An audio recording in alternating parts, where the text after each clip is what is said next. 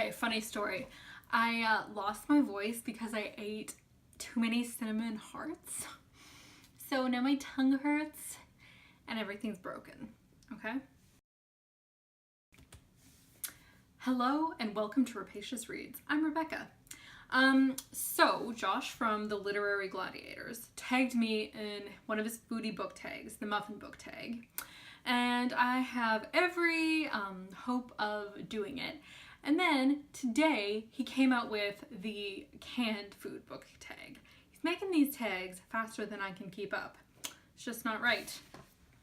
Okay, so we'll dive right in. Blueberry muffin. When you think of literature, what's the first thing that pops into your head?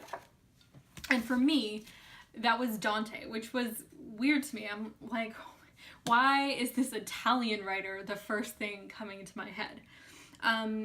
But when I think of literature, I tend to think of epic poetry. That's where literature started, and that's where, like, the Iliad, the Odyssey, the Volsung Saga, the Canterbury Tales, are they poetry? Kind of. Milton. Everything started with epic poetry. And the Divine Comedy just happens to be the last epic poetry book that I read. So that is what came to mind, which is weird. Next, the English muffin. Is that really a muffin? A book that gains meaning when discussed. So for me, the last book that happened with was The Yellow Wallpaper by Gilman. This book is about a woman with postpartum depression who is slowly going insane because she's in isolation. For me, just like ending of the book, I wanted to discuss a little bit. And I did that by reading Goodreads reviews, not necessarily talking about, so sorry. Okay. Corn muffin. Cornbread. A book that's good for on the go. And obviously, romance is perfect for this. You can pick it up, put it down, throw it sideways, open it up in the middle, throw it out all together, and it's perfect for anything.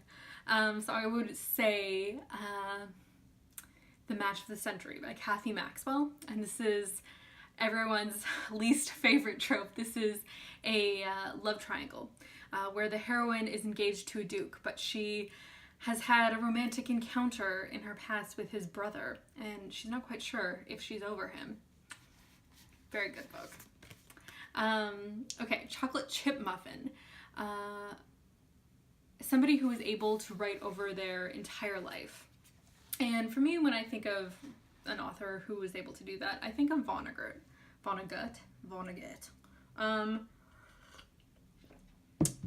His collection works are quite big.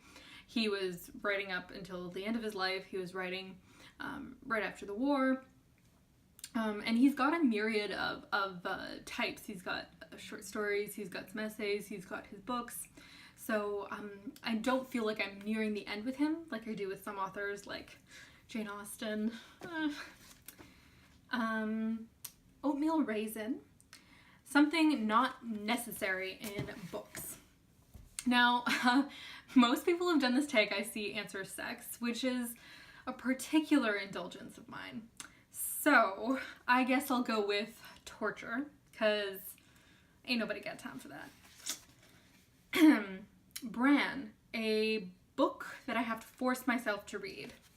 So I guess I'll go with an entire genre here. So for me, it's philosophy.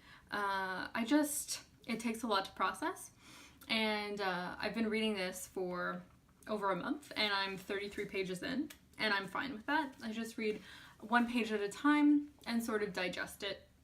And especially with a Stoic like Marcus Aurelius, there's a lot of time for disagreement and formulating arguments against him as I'm reading. So that might be why it takes me a little bit longer to read.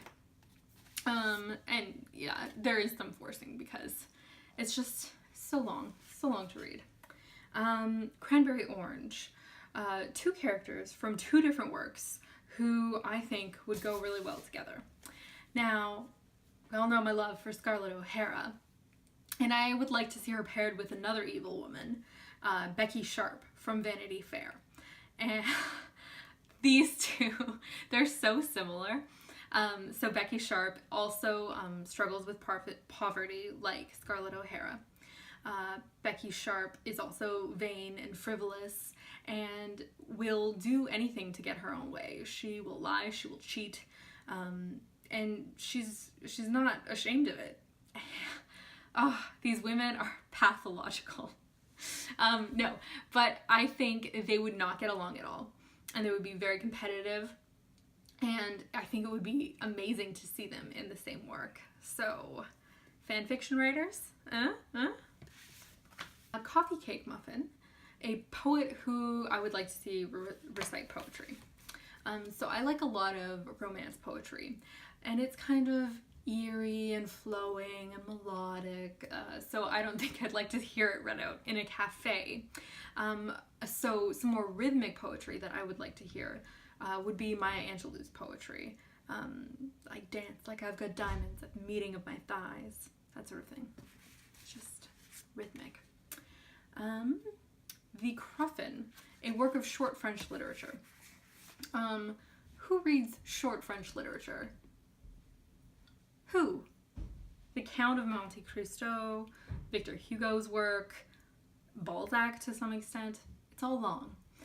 So the only short work of French literature which I've read is Candide by Voltaire, a satire, and it's very snappy. The plot is just going and going and going, so you really can't put it down when you read it. I can't say that the humor worked for me, but I know people who it has worked for. Muffin Top, a work better left abridged, and I can honestly say I can't think of a single book. I love long books. I will often wish for more exposition and more written about a topic. Not necessarily a series, but just a longer book. I like the 19th century novel. So no, more pages, not fewer. My favorite muffin. Now this of course has to be the Tim Hortons Fruit Explosion muffin.